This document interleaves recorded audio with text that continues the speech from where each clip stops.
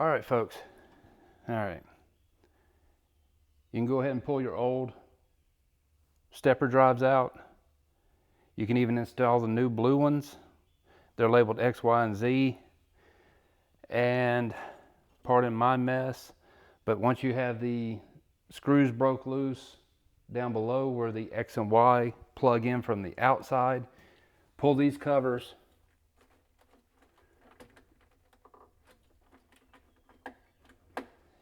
at least far enough to where you can fish out the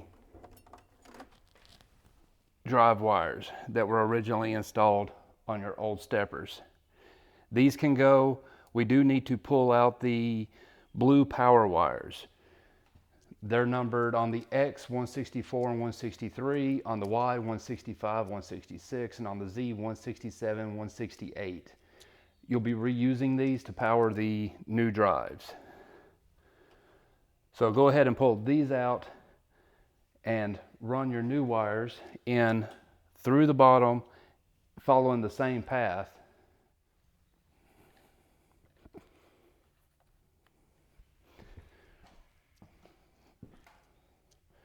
Once you get the new wires pulled through, following that same path, you're going to want to go ahead and disconnect the brake wires, follow those out from the hole on the side, and it's where the Z wires will travel through. Go ahead and disconnect those. Get you a string and tie on there, tape on there. That way when you pull the wires up through the column, once you get them up there, then you can attach the cable ends of the new stuff. You can attach the cables for the new drives to that and then feed it back through using that string to pull it in. And I'd suggest using the hole on the side. I tried to come up with something, but on the M and the MX series, you'll notice that Tormach went with 2 holes on the top of the castings because the 3/8 hole they had in there was too small for more than one cable. So having your power cables and your encoder cables, they're just not all going to fit through there. So what I did with mine is I ran it in through the side where the power drawbar, there's an access plate there. I already showed you what you need to pull off. And there's a hole right there. Just run it straight into that, and then it can come down the column without a problem. There's plenty of wire due to the connections on the end up here, so there's all kinds of room for it.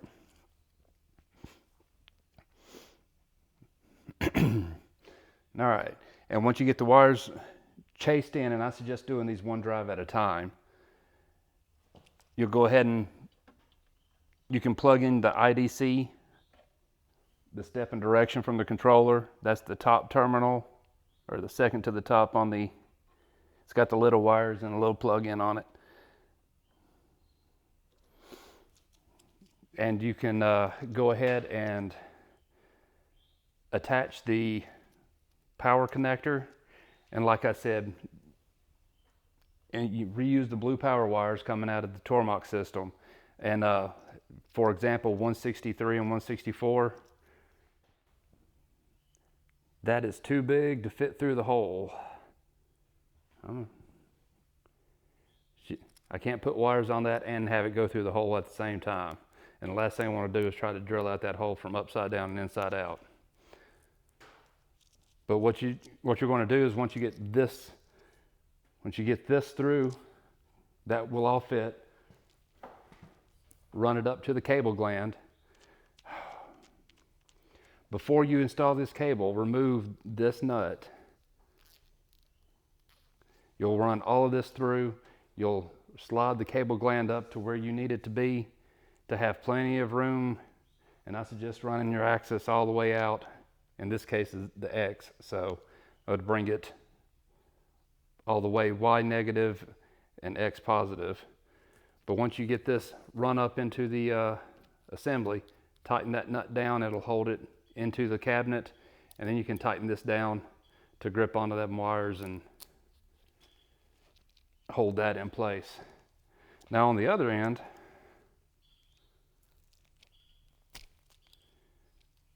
we're going to take your A and our B phases, and they are numbered for your convenience.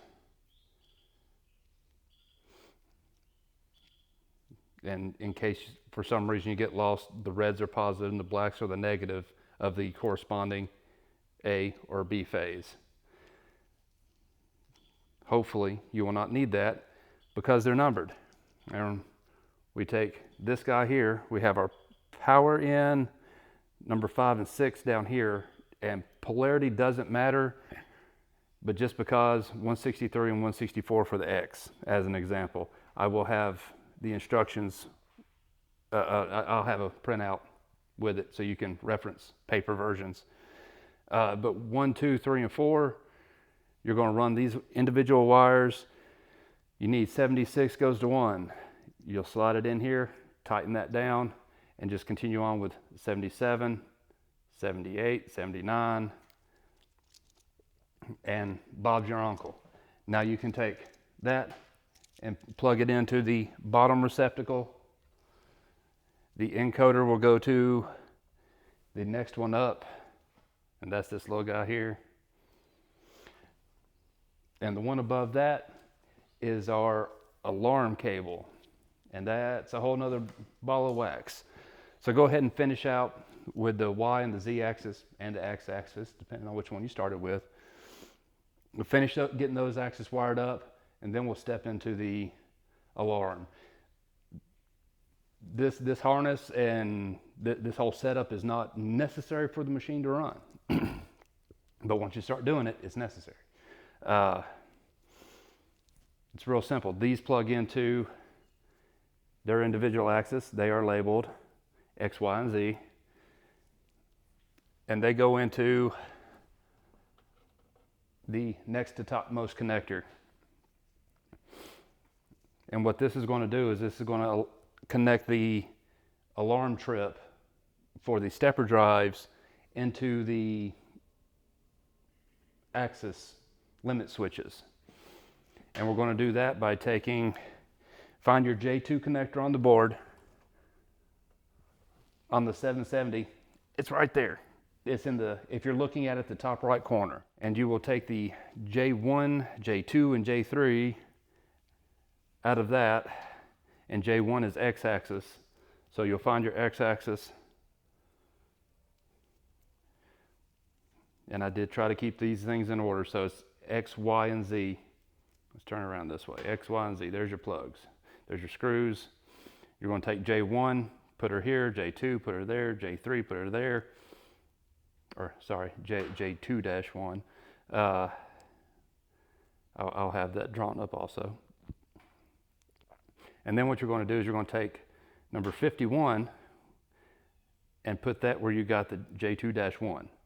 The wire you pull out and put in here, you're going to connect to that, right, that in its place. And same with the Y and same with the Z. You're just going to be replacing those wires with the red cables here. The ones you pull off the board go in here, and that just adds them in series so that the limit switches still work. As we home the machine and everything, it'll trip out.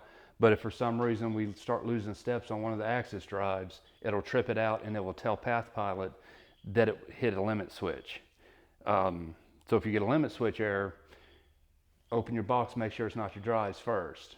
Then go on about investigating whether you got a limit switch stuck or going bad or whatnot. That's pretty much all I have for right now. I am going to try to make this better. Thanks for sticking with me. If you need to get a hold of me, I've included my contact information with the kits. So I'm happy to help you walk through. I mean, if we got to do a video conference or something, we'll get these things taken care of and installed on your machines. It's not terribly difficult, but if you're not used to wiring, it is different. So, but yeah, I'm trying to document all this as best I can and improve on that as I go along, as well as turn out some decent electronics kits. So thank you. Next up, we're going to step into the world of PathPilot and upgrading our INI file.